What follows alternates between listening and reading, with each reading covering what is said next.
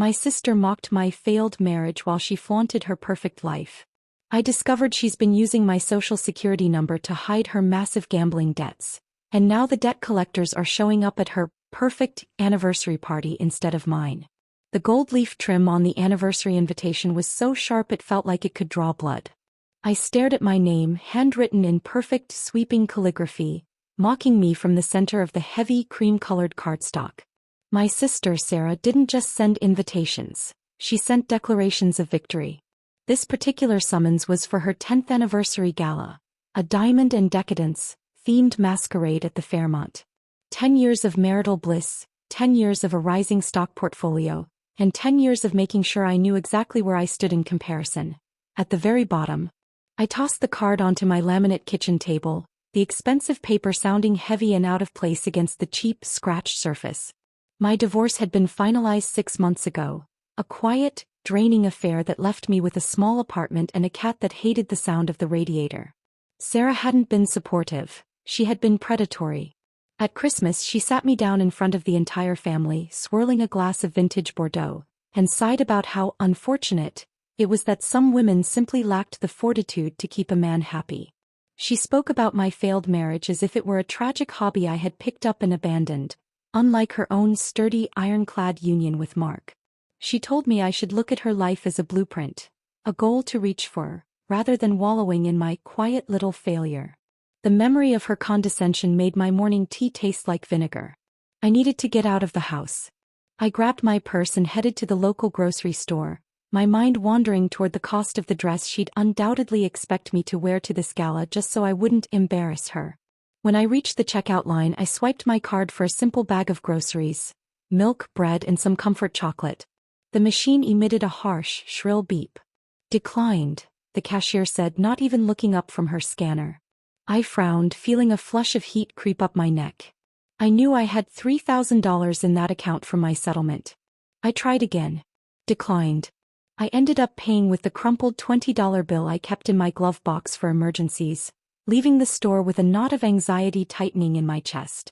As I walked to my car, my phone buzzed in my pocket. It was a local number I didn't recognize. Usually I'd let it go to voicemail, but after the card incident I answered with a shaky breath. The man on the other end sounded weary, his voice like gravel grinding together. He asked for me by my full legal name and then mentioned a delinquent balance on a high-interest credit line I had never heard of. He rattled off my social security number, the last 4 digits anyway, with a casualness that made my skin crawl. I laughed, a genuine nervous sound. "You've got the wrong person," I told him, my voice cracking. "I don't have a Platinum Plus account. This is clearly a scam." I hung up before he could reply, convinced that some hacker in a basement was just trying his luck. I trusted my family and I trusted the system. I was sure it was just a clerical error. 2 days later Sarah called.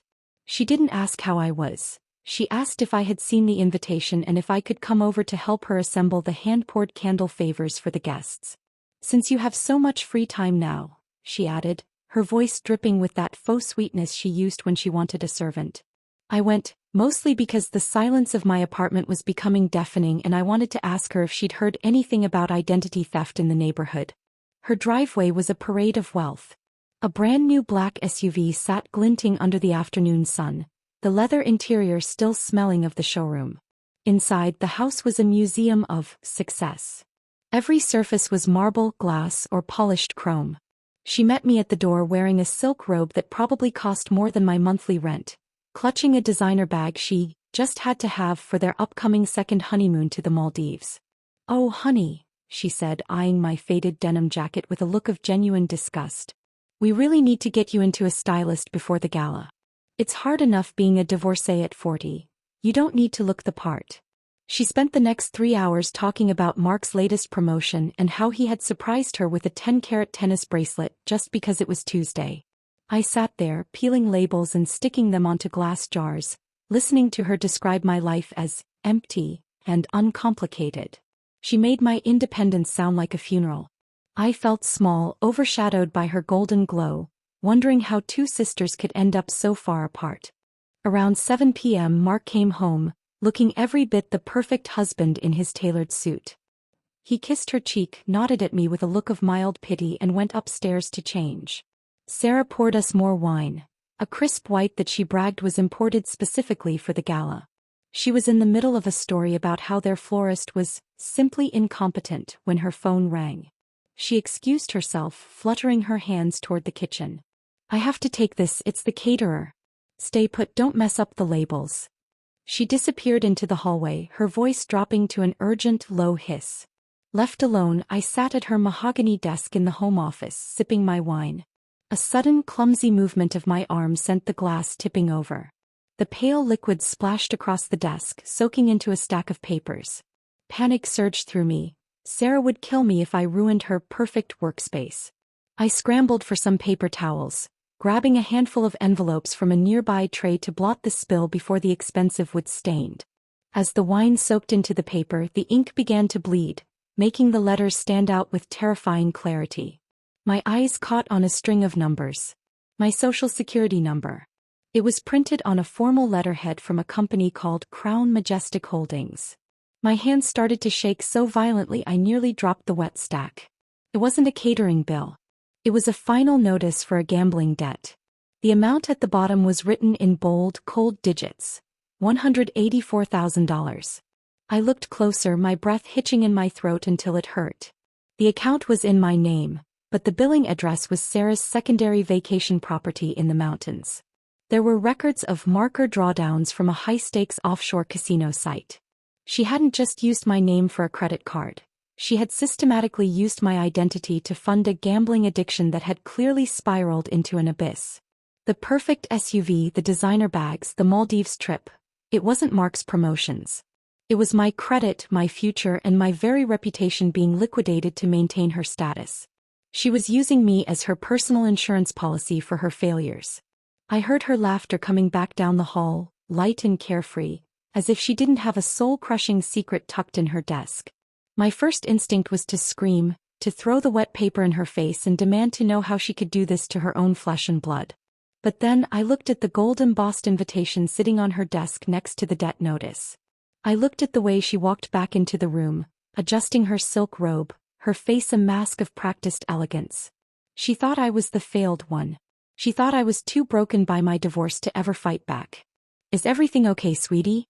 You look like you've seen a ghost," she asked, noticing my pale face. I tucked the damp notice into my own purse, my fingers grazing the rough, wet edge of the paper. I felt a cold, crystalline calm wash over me. It was a type of anger I had never felt before. Not hot and impulsive, but steady and calculating.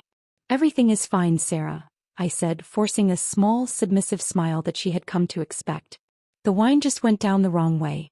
I think I'm just tired." I watched her go back to talking about her party, her perfect life, and her perfect marriage. I realized then that she hadn't just stolen my money. She had gambled away the only thing that actually mattered, our bond. If she wanted a grand finale for her anniversary, I was going to make sure she got one. I wasn't going to be the victim in her story anymore.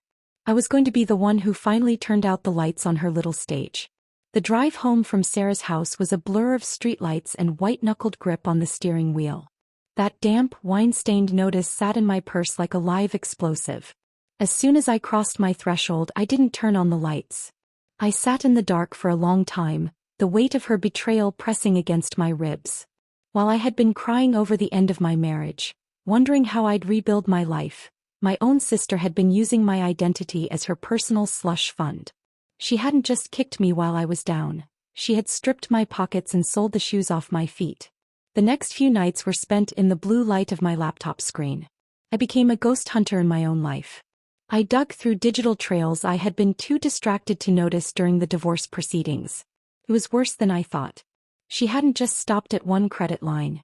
There were 3 retail cards, a personal loan for home improvements, and a series of transfers to offshore gaming sites that made my head spin. I found an old email thread buried in my spam folder from a bank I didn't even use, thanking me for updating my primary contact information. To confirm the depth of the rot, I visited my local branch the following morning. The air in the bank was sterile, smelling of industrial carpet cleaner and old paper. I sat across from a clerk named Mrs. Higgins, a woman who looked like she'd seen every financial tragedy imaginable. When I asked her to pull up the secondary address listed on my active accounts, She squinted at the screen and read out the mountain cabin address Sarah always bragged about, the one she claimed Mark had bought her for their 5th anniversary. "Is there a problem, dear?" Mrs. Higgins asked, her voice softening. "No," I lied, the word tasting like copper. "I just forgot which property I'd listed for tax purposes." I walked out into the bright morning sun, my heart hammering a frantic rhythm. It was confirmed. Every luxury she flaunted, every blessing she threw in my face, was a brick stolen from my foundation. A few days later, Sarah summoned me for her final dress fitting. The boutique was one of those places where you need an appointment just to breathe the air. She stood on a circular pedestal, draped in white silk and intricate lace that shimmered like crushed diamonds. She looked like a queen and she knew it. I stood off to the side, holding her discarded shawl, playing the part of the drab, dutiful sister perfectly. "You really should try to find something with a bit more structure, honey," she said, eyeing the simple navy dress I'd pointed out in a catalog. "I want you to look nice, but try not to look so much like a librarian. It makes people uncomfortable when you look so unlucky." I forced a smile, the kind that didn't reach my eyes but satisfied her need for dominance. "You're right, Sarah. I'm just so overwhelmed with everything. Actually, since I'm so uncomplicated right now, why don't you let me help you with the final vendor checks? You're so stressed about the gala, and I'd hate for the flowers or the timing to be off for your big moment." She laughed, a sharp tinkling sound. "Oh, would you? That would actually be a relief. You've always been good at the boring administrative stuff." By the time I left the boutique, I had her master binder in my possession. It contained everything: the guest list of the city's most influential families, the minute-by-minute itinerary, and the contact information for every high-end vendor involved. She had handed me the keys to her kingdom, thinking I was just a servant looking for a purpose. Back in my apartment, I pulled out the business card of the debt collector I had hung up on earlier that week. I dialed the number, and this time my voice didn't shake. "I'm calling regarding the account for Sarah. I mean the account under my name," I began. I was connected to a man named Mr. Henderson. He sounded like a man who hadn't slept since the 90s. "Look, we've been trying to track this balance for months," Henderson grumbled. "The address on file is a P.O. box that keeps bouncing mail." "I understand," I said, my voice smooth and helpful. "I'm a concerned relative. I happen to know that the person you're looking for, the one actually responsible for these recreational charges, will be at the Lakeside Country Club this Saturday at 8 p.m. It's a very public event. She'll be the one in the center of the room wearing the diamonds. If you want to ensure the debt is acknowledged, that's where the eyes will be." I spent the rest of the evening making similar calls. I didn't lie. I simply provided the updated location for a series of persistent agencies that had been hunting for the woman using my social security number. I was providing a map to the treasure, and the treasure was Sarah's ego. The night before the gala, my phone rang late. It was Sarah. She sounded frantic, the cracks finally showing in her porcelain facade. "Mark is being so difficult about the budget, and the caterer is demanding the final installment in cash," she hissed. "My reputation is on the line, and I just need everything to be perfect tomorrow. You'll be there early to help, right?" "I'll be there," I promised, looking at the dress I had actually bought. A sleek, floor-length gown in a shade of emerald green that made me look dangerous rather than defeated. "Don't worry, Sarah. Tomorrow night, everyone is finally going to see you for who you truly are. I'll make sure of it." "You're so sweet," she sighed, completely oblivious to the frost in my tone. "I don't know what I'd do without you to look down on." The day of the gala arrived with a heavy, humid heat. I spent the afternoon in a way I hadn't in years. I got my hair done. I did my own makeup, sharp and defined. I didn't want to look like the divorcee she pitted. I wanted to look like the woman who was about to collect a very long overdue debt. When I pulled up to the Lakeside Country Club, the valet's eyes widened. The building was draped in white lilies, their scent so thick it was almost cloying. Champagne towers stood like glass monuments in the foyer, the bubbles rising in a mockery of the money Sarah didn't have. I saw the high society guests trickling in. The judges, the architects, the women Sarah spent every waking hour trying to impress. My chest felt tight, but not from fear. It was the thrill of the countdown. I looked at the grand ballroom where Sarah was already holding court, her laughter echoing off the vaulted ceilings. She looked radiant, a masterpiece of deception.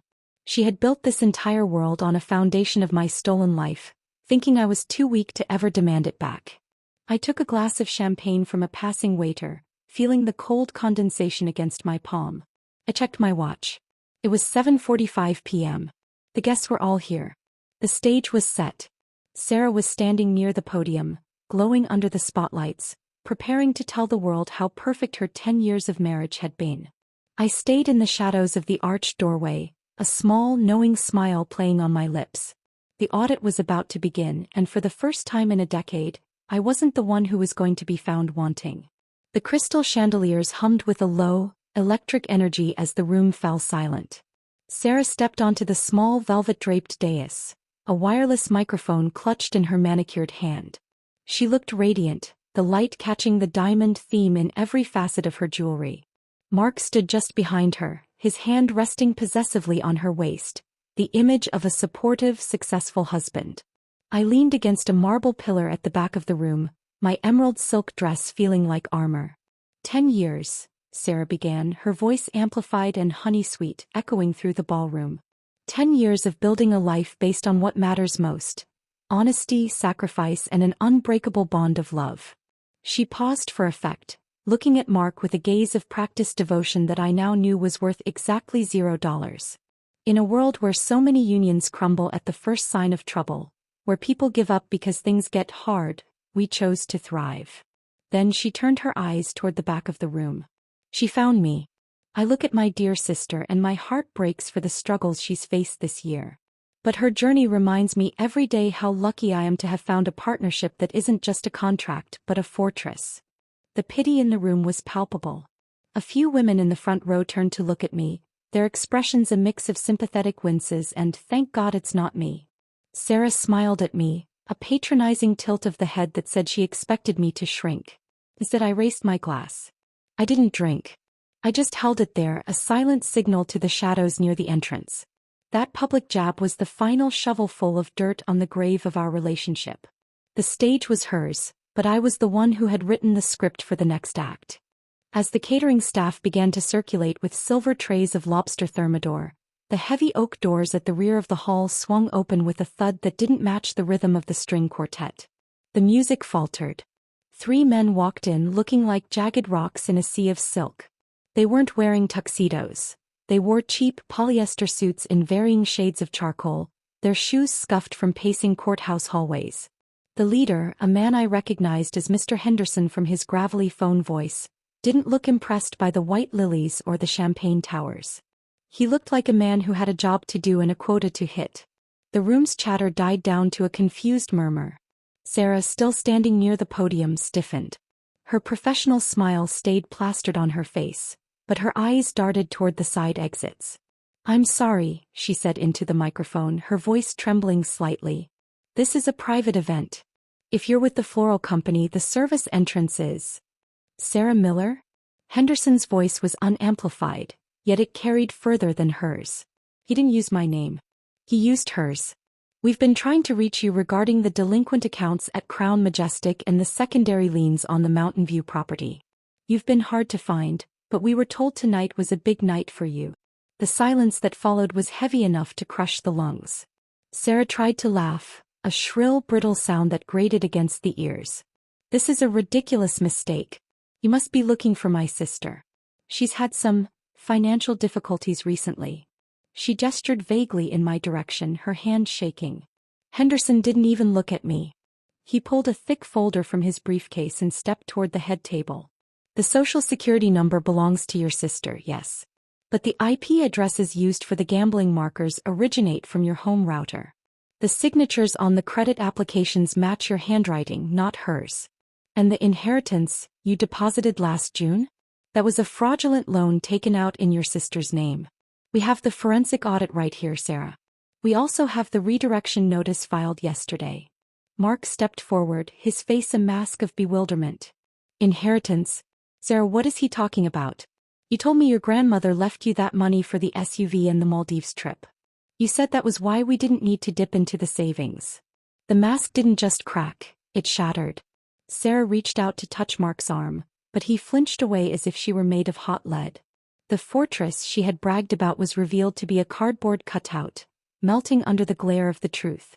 Guests began to whisper, the sound like dry leaves skittering across pavement. I watched as her social standing, the thing she valued more than her own blood, evaporated in real time. "Mark, honey, I can explain," she hissed, her voice catching in the microphone, broadcasting her desperation to the entire room. "It was a system. I had a strategy. I was going to pay it all back before she even noticed." "With what, Sarah?" I asked, finally stepping out from the shadows. My voice was calm, a sharp contrast to her hysteria. "With the money you stole from my retirement fund? Or the equity you sucked out of a house I don't even own?" The collectors moved in, handing her a summons that looked devastatingly official.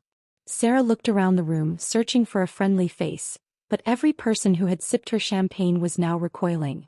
She realized there was no escape through the front, so she bolted toward the coatroom in the back, her white silk train trailing behind her like a tattered flag. I followed her, my heels clicking a steady, relentless beat on the marble. Inside the small, darkened room filled with expensive furs and wool coats, Sarah turned on me. The perfect sister was gone. In her place was a cornered animal. "You did this," she screamed, though she kept her voice low enough to avoid the staff outside. "You ruined me. In front of everyone. Why couldn't you just keep your mouth shut? Mark is going to leave me. We'll lose everything."